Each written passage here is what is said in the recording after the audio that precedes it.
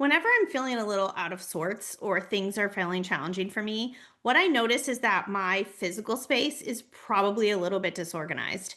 And if I take time to clean off my desk, get my closet a little straightened up, I can focus a little bit better. It's easier for me to go in there and see what I've got. I can sit down at my desk and concentrate on my work a little bit better. And I think the same is true for our finances. So today we're going to talk about decluttering our financial life. Welcome to the Female Finance Collective podcast, where we encourage women to have open and honest conversations about all things money. I'm Jen, and I struggled for many years with debt and feeling financially overwhelmed, so I know how frustrating it can be. And I'm Mary Lee. As a financial planner, I've had the privilege of working with hundreds of women who've transformed their financial lives. Hey, I'm Sybil. I built my dream life traveling the world and creating financial freedom on a teacher's salary. Let's start the money conversation. Yes, this is such an important topic because it just happens to us, right? We don't realize it, in our physical space and in our financial life. And then all of a sudden we get this feeling of overwhelm and we don't realize it. So this is such an important topic because decluttering, really, we want to think about it as a positive thing that we do kind of consistently across time, and especially with our finances, because we make purchases, we have new, reoccurring expenses, and it just kind of adds up. And if we get into a system of decluttering, we can prevent some of that overwhelm. Right. And you know what? I think this is true of most people. We've got things in all different places. We might have a list of our accounts over here in this, digital folder. Maybe we have a printout of a bunch of bank statements over here in this file. We have stuff saved in our phone, like our subscriptions and things that are auto charged to our accounts. So we do, a lot of us, we have stuff all over the place. There are bills my husband pays and bills I pay. Like, Right. we don't have everything super organized. So I think taking a little time to kind of declutter that, even if you just tackle one of the things we're going to talk about today, one a weekend or one a month, over the next few months, you can feel a lot more organized. You know exactly where everything is. Yeah, exactly. So the first thing that I wanted to share with you all is the idea of those bills that come in the mail, whether you want them to or not. I personally, and I'm sure you guys do too, have a few bills that show up in your mailbox and you have to manually either send in a check, or I go online to the site. Like, I think about like an urgent care bill I just got recently. I get it in the mail. I don't know if I can go paperless. Maybe I can, right? So I guess we could check if we can go paperless, but a system I just put into place for those mail bills that has really helped me, because I used to just kind of plop them on my desk or plop them here, is I made a basket. And in that basket is only paper bills, because I shared in the community recently, I missed a water bill. That's another bill that I get by paper. And it was just really caught me off guard because I don't miss bills. Like, that's really important to me. So I set up that system as soon as I missed that water bill. Thankfully, they didn't charge me a fee or anything, but so now I have a basket. So when I go from the mail, the bill goes into the basket and it gets calendared reoccurring, because those water bills are due the 20th of each month. Right. Right. So I not only set up the basket of where to put the bill, but I also set a reminder or an event on my calendar for the 19th of each month, or whatever I want to do, a couple days before it's due, in case I push it back. But that system and that declutter is really powerful, so I don't miss another one of those water bills, for example. I like that. I think those paper bills are, most places now, you're right, we can go paperless if we want to. I know for some people, the paper bill is their reminder. And if they don't True. get the paper bill, they don't remember. So I love having a designated place. This is where we're going to put things. So right now, if you've got stuff all over the place on the kitchen island, on the table in your entry, or wherever it is, pick one place and just put those paper bills there so that you always know this is where they go. I don't have to think about where I'm going to put this or where I might have put it when I was Or in where the it might have been notes. buried. That's right. So they're always in the same place. Another thing that I think is really important is to look at our subscriptions. And I know that this feels like beating a dead horse, like everyone's talking about cancel subscriptions and save money or whatever. But the truth is that you probably have a subscription, if you haven't recently looked, that you either forgot about or you used to use all the time and now you're not using it anymore. I just realized last week that there is a subscription. I was using it all the time. And it was worth the money and I was actively using it and it was great and I was glad to have it and now I just realized, you know what? I'm not using that anymore and I really need to go in and cancel it. And it's $12 a month. So for the last few months, I've been paying for that and I'm not using it. So I think something that I'm going to start doing is keeping just a note in my phone and yeah, like I have an iPhone, so we have like a Apple Notes. I use them on my computer too. So I think I'm going to share it with my husband and put all of our subscriptions in there so that if we see one, we're like, oh, we're not using that anymore, shoot. And then we can delete it. Or if we get a new one, that's the biggest piece, right? Get a new one, we can add it in there so that we don't forget that we're paying for that every month.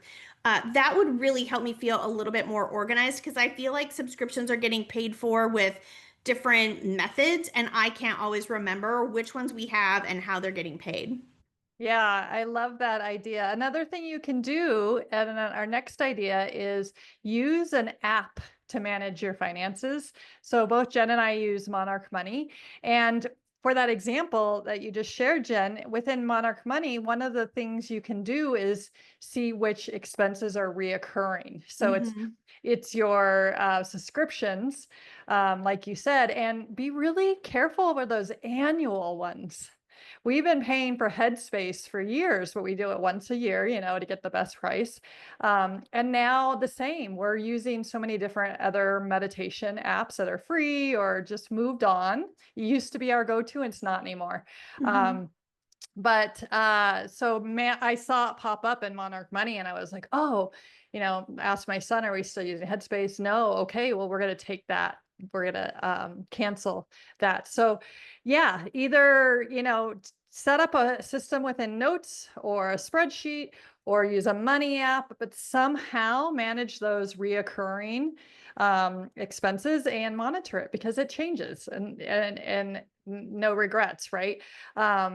So that is kind of a way to consolidate, which is kind of our next point is consolidating what credit cards or, expenses are coming from, but also so which accounts, you're charging from, but also think about like your retirement accounts, think about your, all of the accounts you kind of have. And like, is there a way to consolidate to not have two banks, for example? Do you just need one bank checking account? Like over time, when we were living overseas, we needed a different bank. And so now we have two checking accounts, two savings accounts, plus, high yield savings accounts. So this is advice for myself is like to consolidate some of those because our circumstances have changed. We needed those accounts at that time. And really we don't anymore. Some people might wonder, is that going to affect my credit negatively? And usage and number of accounts is a factor in your credit score, and so you do want to take that into consideration. But what I have found is if you have a long enough credit history with enough institutions, closing one to consolidate is not going to hurt you or your credit score. Just like opening a new credit card at times, like we think, oh, I'm going to get the ding on the credit. And it's like, actually, sometimes it benefits your score because then you have higher usage in a different account instead of spread between two accounts, for example.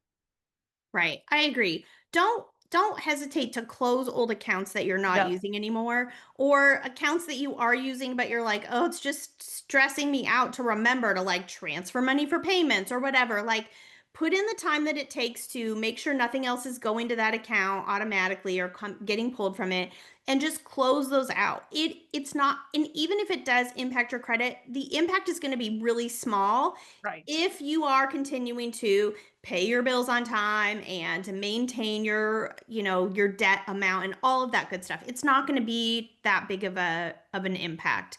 The other thing, and I don't know if you have any others to share, but the one last thing that I really want to cover is you kind of hit on it, but retirement accounts. So if you're somebody who has switched jobs many times, and that is not a judgment, it's just a statement of fact. If you've switched jobs many times and you have started 401ks or 403bs retirement accounts with those different companies, when you leave, if you didn't transfer or roll that money over to another retirement account, whether it's an IRA or a retirement account with your new company, that money is still sitting there waiting for you. And it's growing. It should be growing, right? It's invested, but it's your money. And you really want to make sure that you get that found and get it rolled over into your current account. If you don't have a current account, you can open an IRA. And we've talked about that in other episodes. That's not what this episode's about. But you can open an IRA and roll the money in there and keep it with you, right? It's Yes. stressful to know, oh, I have all these little accounts out there. And also they feel small. So I think sometimes people's temptation is, oh, I don't need to worry about it. It's just $500 or just a couple $1,000s or whatever. But if you roll them all together, that It makes a adds huge up, and think difference. Yeah. about all the compound interest before you're taking it out at 65, or right, how much Yep. bigger it's going to be. Yeah, that's a great, great tip, and something I've done personally, moving around jobs a lot. I think that's common these days, right? Yep. We don't really have the one job and we stay at it forever anymore. Um, and just rolling them over into the IRA, and in the US, that's almost encouraged, right? It's Mhm. like it's an actual process. It's called rolling over that money. So you're not like buying and selling. You're just moving it. So That's it's right. And there's no tax implication. As long right. as you're rolling it over into another retirement account, you're not going to have to pay tax or anything like that. It's actually pretty simple. Yeah. And if you work at a company, your human resources team will absolutely help you with that. Yeah. Great, great point. And then you're not 65, however many years from now, going back of which account was I? Right. Where do I? I'm just thinking, I'm like, we have a pension in Belgium from our 3 years there. That's going to be interesting to try to claim at 65. So really good tip. So today we talked about strategies to declutter your finances. Really consider it the peace of mind and the kind of the shoulders going down when you feel more in control with your finances is worth it. So the next time you go and declutter some of your house, we want you to declutter your finances too.